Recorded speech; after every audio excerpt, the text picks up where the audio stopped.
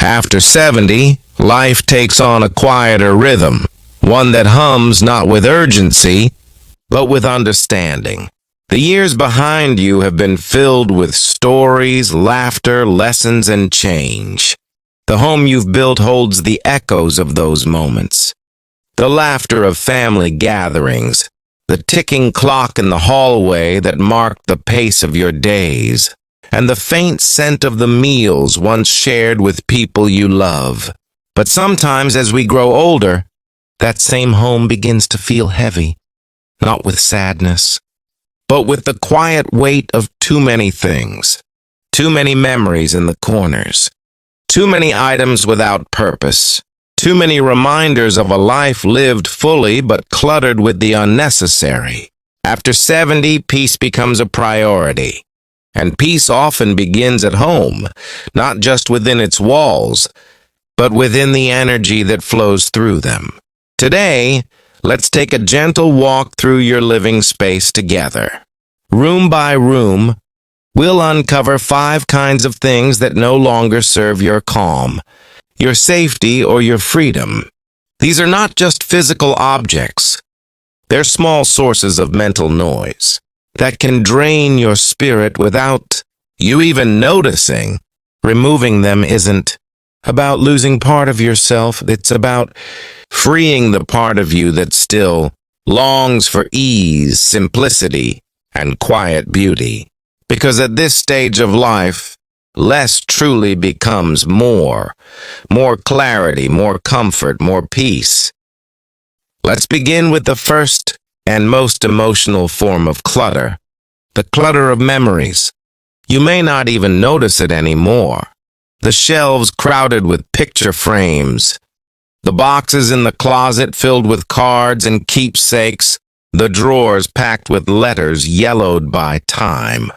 Each of them holds a piece of your past, a story, a smile, a chapter of life that once defined you. And yet, when there are too many, they stop whispering memories and start murmuring noise. They no longer comfort you. They overwhelm you. It's not about forgetting. It's about choosing which moments deserve to stay close. Keep that single photo that makes you smile every time you see it. Keep the letter that reminds you how deeply you were loved. Keep the small souvenir that truly tells a story. But let the rest go. Donate, recycle, or pass them along to family members who will cherish them. When you do, you'll discover something profound. Memories don't live in objects. They live inside you. They live in your stories, your voice, and your heart. The space you create around you will reflect the space you create within you. And that is where peace begins. Next, let's turn our attention to something a bit more practical, the furniture that no longer serves your body or your comfort.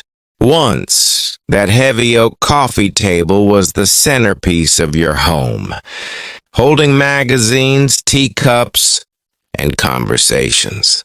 The plush recliner in the corner carried you through years of reading and rest. But time changes what we need from our surroundings. What once felt sturdy might now feel burdensome. What once looked beautiful may now be unsafe. The truth is, large furniture, sharp corners, and cluttered layouts can become hazards when balance or mobility changes. So, this is the time to choose safety and simplicity over sentiment. Replace bulky chairs with light, supportive ones that help you sit and rise easily. Let go of furniture that blocks your path or collects dust. Keep the pieces that offer warmth, comfort, and function. Those that serve you, not the other way around. Remember, a home is meant to support your life as it is now, not hold you captive in how it used to be. As we continue our journey through your home, we reach a familiar space, the bedroom closet. This is where the third form of clutter hides quietly.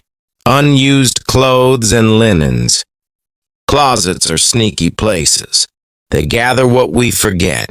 Old dresses that no longer fit, shoes that pinch, scarves you haven't worn in years, and bed linens folded so long ago that their fabric has lost its softness.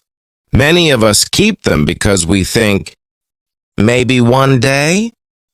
But that one day rarely comes, and in the meantime, those unused items take up room meant for comfort and calm. The simple act of sorting your clothes can be a meditation, a reflection of what truly belongs in your life now. Keep what fits, what feels good on your skin, what's easy to put on and take off, what brings you dignity and joy. Donate or share the rest. Someone else might find warmth in a sweater you no longer wear. Someone else might need that coat more than you ever will again. Giving away what you don't need anymore is not loss. It's kindness multiplied. Now let's step quietly into the bathroom, where expired medications and unused products often linger unnoticed. It's easy to forget about them. Tucked behind mirrors and drawers, little bottles of pills, lotions, and creams we intended to finish but never did. Yet these can become more than clutter. They can become hazards. Old medications lose effectiveness and can even become harmful. Expired lotions and ointments irritate rather than soothe. Take an afternoon, just one, to clear it all. Read the dates. Dispose safely of old medicine. Most pharmacies will take them. Keep only what you truly need and use regularly. Organize them neatly in labeled containers, easy to find and safe to reach. You'll be amazed how such a small act, tidying a bathroom shelf, can create a ripple of calm through your day. It's not only about cleanliness. It's about control, safety, and the gentle pride of knowing everything around you is as it should be. Purposeful, peaceful, and in order. And now, let's visit the last and often most hidden form of clutter. Paper clutter.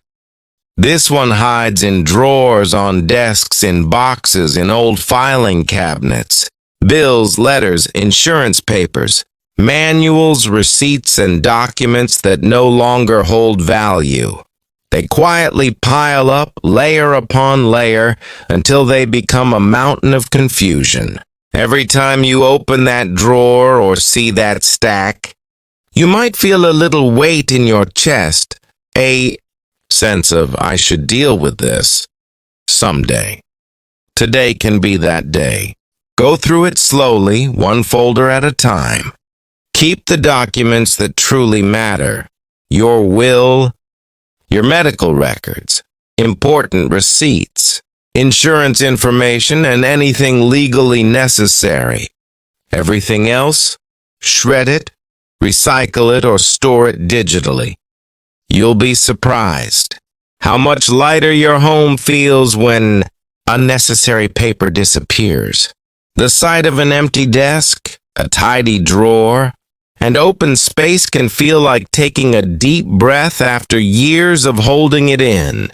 But decluttering isn't only about removing things. It's about what you gain in return. You gain clearer pathways through your home and through your thoughts. You gain the freedom to move, rest, and live without obstacles. You gain serenity. There is a gentle beauty in simplicity that the heart recognizes immediately. It says, this is enough. No noise, no excess, no struggle, just enough. The quietness of an uncluttered room becomes a reflection of the quiet strength within you. The soft morning light that falls on your uncluttered table feels brighter. The air feels lighter, and every object you see has meaning, purpose, and place. When we are younger, we often measure life by how much we accumulate. Possessions, achievements, keepsakes. But as we grow older, we begin to understand that real wealth is measured by how little we need to be content. To declutter after 70 is not to empty your home. It's to fill it with intention. Every remaining item becomes a chosen companion, not a leftover relic. The furniture supports you. The clothes comfort you. The photos inspire you. And the space invites peace. That is the art of aging gracefully, not holding on, but letting go with love. Some people hesitate to declutter because they fear it means erasing memories. But letting go of an object does not erase the moments that shaped your life. You will always carry your laughter, your tears, your love stories, and your triumphs within you. The heart does not forget. The mind does not lose the lessons it has learned. Simplifying your surroundings is not rejection. It's recognition, and a recognition that you are entering a new chapter of life that deserves its own clarity, its own rhythm, and its own kind of beauty. Take, for example, the kitchen. Though not one of our 5 main points, it often hides its own small burdens. Cupboards packed with mismatched dishes, drawers full of unused gadgets and expired spices.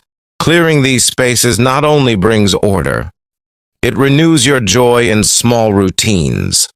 When you open a neat cabinet, reach easily for your favorite mug, or find what you need without searching. You feel a quiet satisfaction that makes ordinary moments graceful again.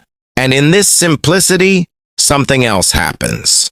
You start to hear life differently.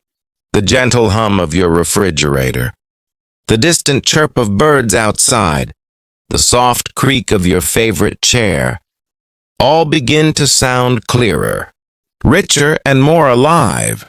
When physical clutter fades, mental clutter follows. You think more clearly. You move more freely. You rest more deeply. The home that once whispered of too much now sings softly of peace. This process does not need to happen in a day. Take your time. Choose one area, one drawer, or one shelf. There's no race, no deadline, no expectation. The act of simplifying is not about speed. It's about intention. You are not simply cleaning a house. You are shaping a space for the next part of your story. Each small decision to let go is an act of self-respect, an act of love. And perhaps the most beautiful part of decluttering is that it connects generations. When you pass along something meaningful, a piece of furniture, a book, a quilt, a recipe, you are not discarding it. You are transferring its story. You are trusting it to live on, not as clutter, but as legacy. Young hands will hold what your hands once held, and through that, your life continues to echo in new hearts. That's the kind of permanence no possession can buy. There's also something deeply spiritual about a simpler home. When there is less around you, there is more room for gratitude, more room for breath, for sunlight, for stillness. You begin to see your surroundings not as storage, but as sanctuary. The table becomes a place for reflection, the window a frame for morning peace, the chair a seat of rest. You start to appreciate the essence of what remains. Every object becomes intentional. Every space feels sacred. After 70, every choice you make about your home is also a choice about your peace of mind. The fewer things you have to manage, the more time you have to enjoy the life that remains, to walk outside, to watch the sky, to listen to the laughter of your grandchildren, to read, to pray, to rest. Your time is too precious to waste managing what no longer matters. Simplify so you can live, not just exist within walls of forgotten things, but thrive in a home that breathes alongside you. The process of letting go can stir emotion. You might hold an old sweater and remember the winter it kept you warm. You might touch a chipped cup and recall the friend who once drank from it. Let those moments come, honor them, smile at them, thank them, then release them. You are not saying goodbye to what was beautiful. So if you hate clutter after 70, start here. Remove the emotional clutter that weighs your heart, the furniture that challenges your body, the clothes that no longer serve you, the expired things that no longer heal you, and the paper that no longer represents you. These 5 small acts will transform your space and your spirit. You'll rediscover the joy of a home that feels light, safe, and alive. Your home should be a reflection of who you are today, not who you were, not who others expect you to be. It should breathe with you, support you, and comfort you. It should feel like a gentle sigh at the end of a long journey, not another burden to carry. And remember this: simplicity is not emptiness. It's fullness of clarity, of meaning, of grace. When you remove what doesn't matter, what truly matters begins to shine. The laughter of loved ones, the peace of a quiet morning, the comfort of your favorite chair, the sound of rain outside your window. These are the treasures that remain when clutter is gone. So tonight, before you sleep, look around your room. Ask yourself gently, does everything I see bring me peace? If the answer is no, then perhaps tomorrow you'll begin the loving work of letting go. Not all at once, but slowly, thoughtfully, gratefully.